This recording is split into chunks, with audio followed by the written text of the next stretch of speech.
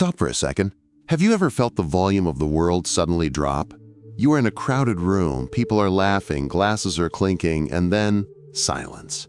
For a split second, the sound is muffled. You look at the people around you, people you know, people you love, and for a terrifying moment, they don't look real. They look like actors reading lines from a script you never read. You feel a cold shiver.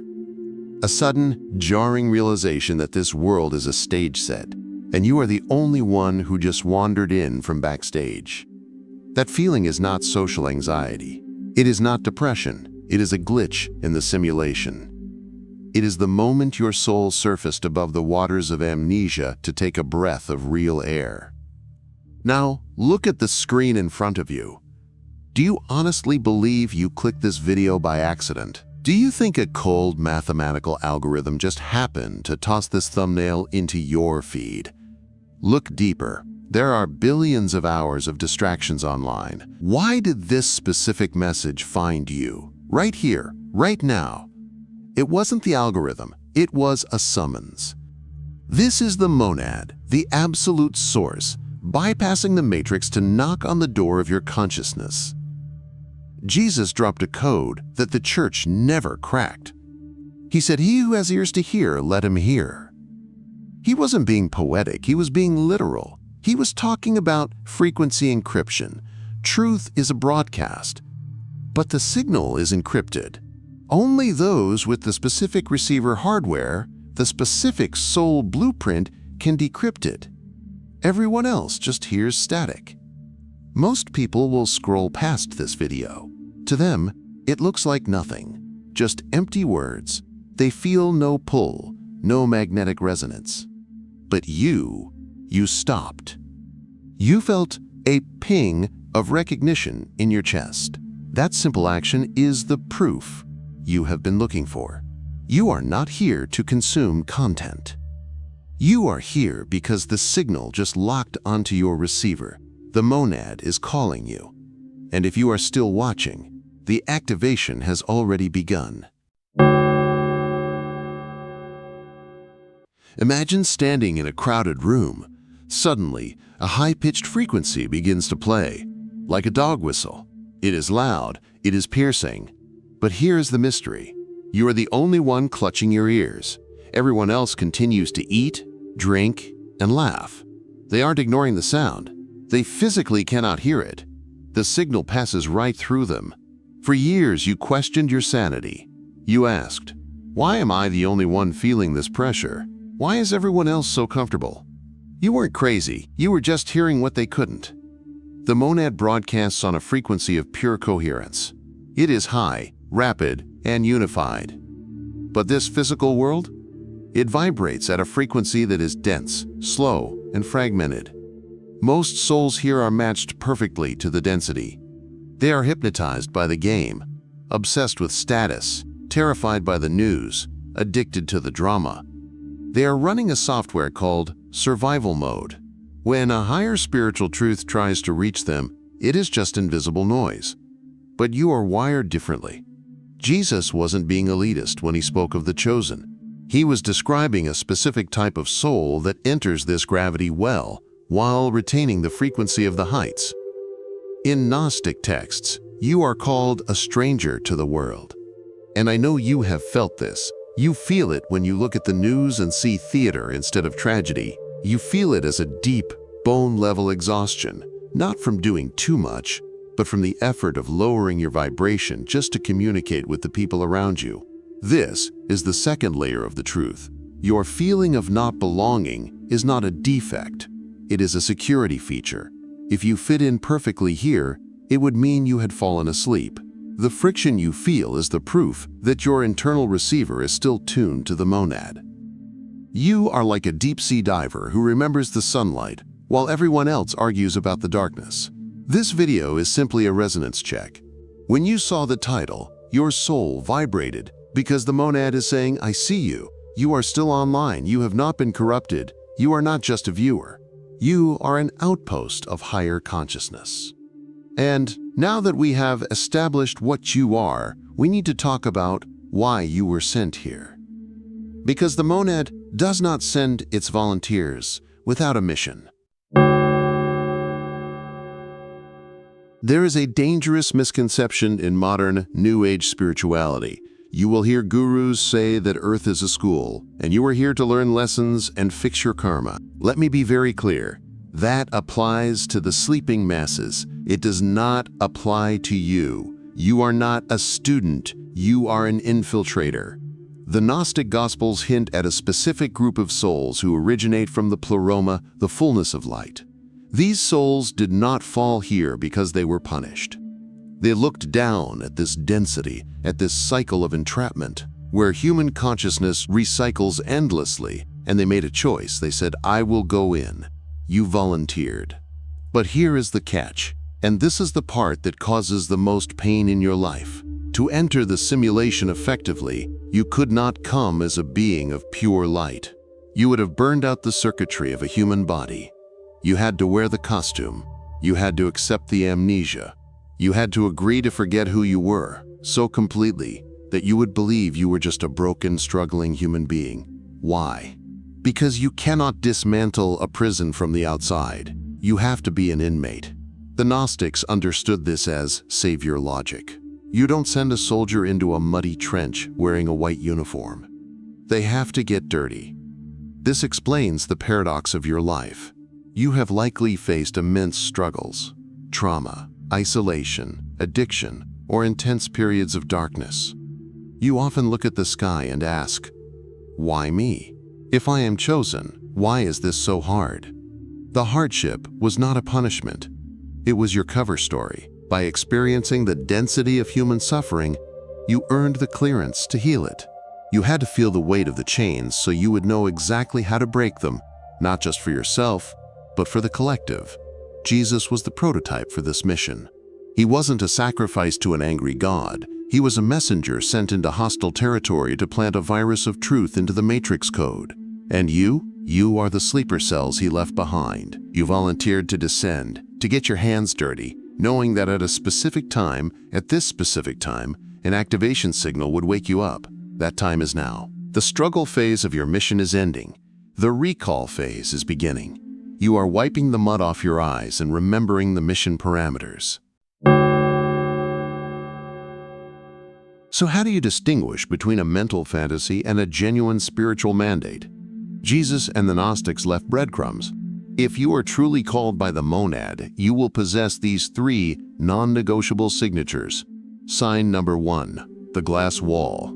You have felt a distinct separation from the rest of the world your entire life. It wasn't just shyness, it was a cognitive distance. You look at other people, even your own biological family, and you think, I am not like them, I am observing them. You have spent your life studying human behavior like an anthropologist, studying a foreign tribe. You learned to mimic their emotions, learned when to smile, learned the script to pass as normal, but deep down you always knew you were wearing a mask. This is not a disorder. This is the memory of your origin. You feel foreign because, energetically, you are a foreigner. Sign number 2, the system lag. I'm not talking about seeing 1111 on your phone. That is beginner level. I am talking about reality bending. Recently, the simulation has started to glitch around you. The lag time between your internal thought and external reality is collapsing. You think of a specific concept, and a stranger says that exact word. Seconds later, you have a question in your mind, and the radio answers it literally. This isn't coincidence, it is rendering speed. Your frequency is rising so high that the matrix is struggling to buffer your reality. The universe is no longer a solid object to you. It is becoming fluid. The monad is letting you know. The system is responding to your command. Sign number 3, somatic gnosis. This is the most immediate sign. It is happening right now in your body. The Greeks called it gnosis, knowledge through direct experience. Your body is a lie detector. When you hear high-level truth, your biology reacts before your brain does. You get truth chills, that sudden rush of electricity down your spine. or perhaps a sudden heat in your chest, an unexplainable urge to weep, not from sadness, but from the sheer relief of recognition. If watching this video is physically resonating in your body, that is your soul's encryption key matching the signal. Your mind might be skeptical, but your blood is shouting yes. The monad does not speak in words, it speaks in energy. And right now, you are vibrating. Now that you have recognized the signal, you have a choice. You can close this video, go back to sleep, and pretend you never heard the knock. Or you can answer the door. But be warned, the moment you say yes to the monad, your life will begin to dismantle everything that is false. This is the activation protocol. It requires 3 deliberate actions from you starting today. Phase 1, the ratification. A contract is not valid until it is signed. You must ratify your status. You don't need a church or a temple to do this. Your consciousness is the temple. I want you to take a breath right now.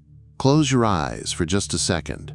Visualize a pillar of white, coherent light descending from the source, entering the crown of your head, and anchoring deep into the earth beneath your feet. In this space, state your intent. Say this internally. I recall my mission. I accept the assignment. I am here. Feel the weight of those words. You just flip the switch on your spiritual circuitry. Now, anchor it in physical reality. Don't just keep it in your mind. If you are ready to hold this frequency, scroll down right now and comment, I accept. Let the algorithm see it. Let the monad see it. By writing it down, you are pulling the intention out of the ether and locking it into the material plane. Phase 2, the Great Clearing. This is the hardest part. Once your frequency shifts, your environment must realign to match it. In the coming weeks, don't be surprised if certain relationships suddenly end. Don't be panicked if a job becomes intolerable or if old habits suddenly make you sick. This is not bad luck, this is calibration. The monad is removing the heavy interference patterns from your field. You cannot hold the high frequency of the chosen while surrounded by the dense gravity of low vibration people. Let them go. Do not chase what is leaving. The empty space is being prepared for what is coming next. Phase 3, frequency anchoring. Your mission is not to go out and preach on street corners. You are not here to convince people who are committed to misunderstanding you. Your mission is simply to exist at a higher voltage. Think of yourself as a Wi-Fi router for the monad. Just by walking into a room, into a grocery store, into your workplace, while holding this internal state of peace, you are altering the code of that location. You are broadcasting a signal that subconsciously reminds others of who they are. You are a living portal.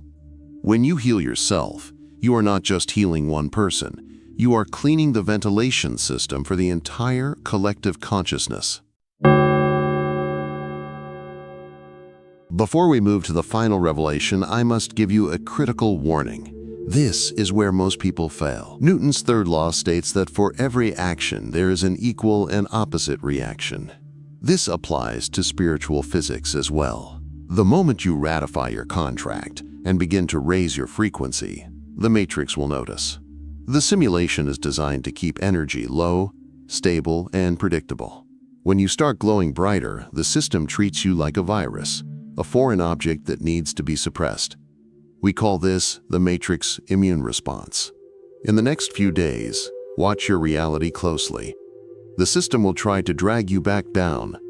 It might be subtle at first. A sudden wave of unexplained fatigue hits you. Your computer or phone glitches for no reason. Or it might be aggressive. A sudden financial bill you didn't expect. A flat tire on your way to something important. Or, most commonly, people around you, family, co-workers, will pick fights with you for absolutely no logical reason.